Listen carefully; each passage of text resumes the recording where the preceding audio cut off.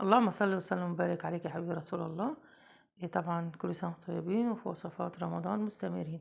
هنعمل معاكم النهاردة طريقة جميلة جدا للجلاش، بس مش هنعمله باللحمة المفرومة، هنعمله بمكون موجود عندنا. في ناس صراحة كتير ما بتقدرش تاكله، فاحنا هناخده كده ونعمل بيه الوصفة بتاعتنا بتاعت الجلاش دي. زي ما انتم شايفين في شوية تريكات كده بنعملها في صينية الجلاش بتاعتنا، بتطلع طرية ومورقة وجميلة جدا جدا. استني الفيديو الاخر عشان تشوفوا التكات اللي احنا هنعملها في صينيه الجلاش بتاعتنا. طبعا ايه بقى البديل بتاع اللحمه المفرومه؟ الكبد والقوانص. طبعا بتدي نتيجه جميله جدا ومش غاليه. يعني هنجيب نص كيلو هتعملي بيه يعني كميه وتعملي بيها الجلاش، والباقي تحتفظي بيه بعلبة وتشيليه في الفريزر أو أكياس بعد ما يبرد طبعا، وتحطيها في أكياس وتشيليها في الفريزر. بتفضل موجودة معاكي وتوفر معاكي في الوقت. طبعا دلوقتي في الكبة أو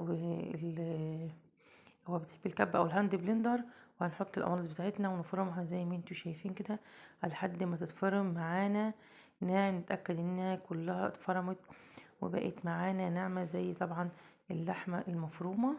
بالراحة كده وهنعمل واحدة واحدة. طبعا دلوقتي هننزل بالقوانص بالكبد بقى، احنا خلاص عملنا القوانص اهو. هننزل بقى بالكبد بتاعتنا. الكبد بتاعتنا هي لفة واحدة، لان الكبد ما بتاخدش معانا وقت في الفرم زي القوانص زي ما انتوا شايفين كده اهو. هنفرم بقى الكبد بتاعتنا، وفي طاسة على النار حاطة فيها معلقة زيت بتسخن، علشان خاطر لازم تكون الطاسة سخنة والمادة الدهنية بتاعتنا سخنة، علشان القوانص تنزل تاخد الخليط بتاعنا اللي هو كبد القوانص، ينزل ياخد صدمة، علشان خاطر ما ينزلش المية اللي فيه. زي ما انتوا شايفين كده اهو الطاسة على البوتاجاز وفيها معلقة من الزيت. طبعا شايفين الزيت بتاعنا سخن زي ما انتوا شايفين، علشان خاطر ده زي ما قلت لكم ما يلحقش ينزل المية اللي فيه. ما ينفعش نحطه في الطاسة على البارد، لا زي ما انتوا شايفين كده اهو. آه، دلوقتي بقى طبعا احنا سايبة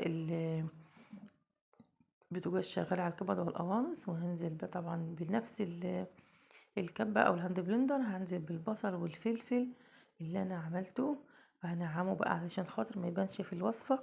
لو عندك اولاد صغيرين ما بيحبوش مثلا الحاجات دي، لا نعامي على قد ما تقدري علشان خاطر الاولاد ياكلوها ويحبوها، تبقى طريقة سهلة جدا وبسيطة. يعني طبعا شايفين طبعا الشكل لحمة مفرومة ولا مش لحمة مفرومة.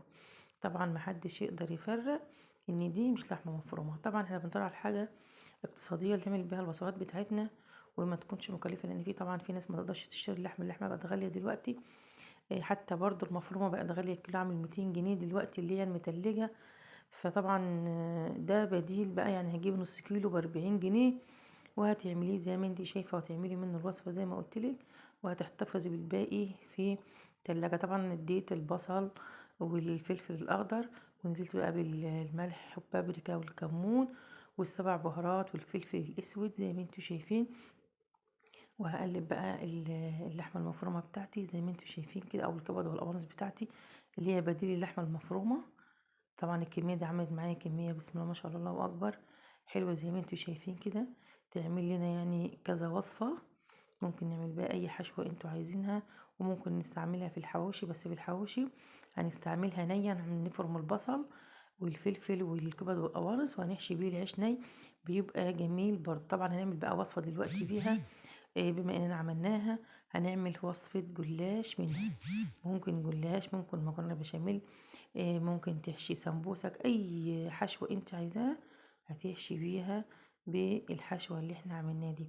طبعا الجلاش اهو خيطناه، وطبعا بنحط بقى السمنة. هنرص بقى الجلاش بتاعنا بعد ما قطعناه. طبعا الجلاش ده مش طازه، يفضل انه يكون طازه، بس طبعا متوفر عندنا ان هو بيبقى في التلاج في الفريزر في المحلات، وبنجيبه سوا لما يفك ونبدأ نشتغل بيه. طبعا انت لو عندك حد بيبيع طازه طبعا الافضل الجلاش الطازه، بس طبعا هو ده اللي احنا من المتواجد يعني. فطبعا بنقطعه وناخد بقى الحروف اللي احنا حشناها نسيج مقطع. احنا بنقطع الحروف كده وبنحطه في النص زي ما انتوا شايفين، ما بنرميش اي حاجه. في شويه تريكات كده نعملها بقى في الجلاش بتاعنا علشان خاطر ناخد الطراوه بتاعه الجلاش، ما يطلعش ناشف ويبقى مفروك كده وما يبقاش حلو، واولادنا بيحبوهوش. طبعا زي ما انتم شايفين، احط طبقتين واحط سمنه علشان خاطر انا عايزه يكون مورق وجميل. طبعا بقى بقطع بالسكينة، والفرن بتاعي دلوقتي سخن على 180 درجة. شايفين بقى؟ طبعا بدهن بقى الوش بتاعي سمنة برضو اهو. بسم الله ما شاء الله اكبر. هو دلوقتي في الفرن سخن جدا، بس انا طبعا ما سقيتوش. فطبعا في نفس الطبق اللي كان فيه السمنه جبت بيضه مع رشه فلفل اسود، وبعملها الاول كده اهو. بنزل بقى بالحليب بتاعي زي ما انتوا شايفين مع البيضه اللي انا حطيتها. اي حليب عندكم معلب حليب بقري مفيش مشاكل، المتوفر عندك اعملي بيه. تيجي بقى نشوف بقى التركايه اللي احنا قلتلكوا عليها هنعملها علشان نعود صينيه الجلاش بتاعتي. طبعا هي قعدت في الفرن حوالي ربع ساعه، وطلعت من الفرن سقيتها بالخليط اللي هو اللبن والبيض. شايفين؟ بسم الله ما شاء الله اكبر. طبعا هتاخد التركية دي مهمة جدا جدا جدا، لازم تجربيها. هي طبعا بسم الله ما شاء الله اكبر، هي بتتكلم عن نفسها وجميلة جدا، وطالعة مورقة زي ما شفتها في اول الفيديو. طالعة بسم الله ما شاء الله اكبر، جميلة جدا. ويا رب تجربوها، وان شاء الله الوصفة تعجبكم. وشايفين طري ازاي؟ طري جدا جدا. يعني في ناس كانت بتعمل الجلاش بيطلع ناشف وتفرول منها كده ما يبقاش كويس. شايفين؟ بسم الله ما شاء الله اكبر. طالعه كل خرطه بخرطتها. يا رب الفيديو يكون عجبكم، ما تنسوناش في دعم القناه بتاعتنا. ويا رب الحلقه تكون خفيفه على قلبكم، وكل سنه وانتم طيبين، ورمضان مبارك عليكم جميعا. شايفين التوريقه؟ واشوفكم في حفظ الله ورعايته، والسلام عليكم ورحمه الله وبركاته.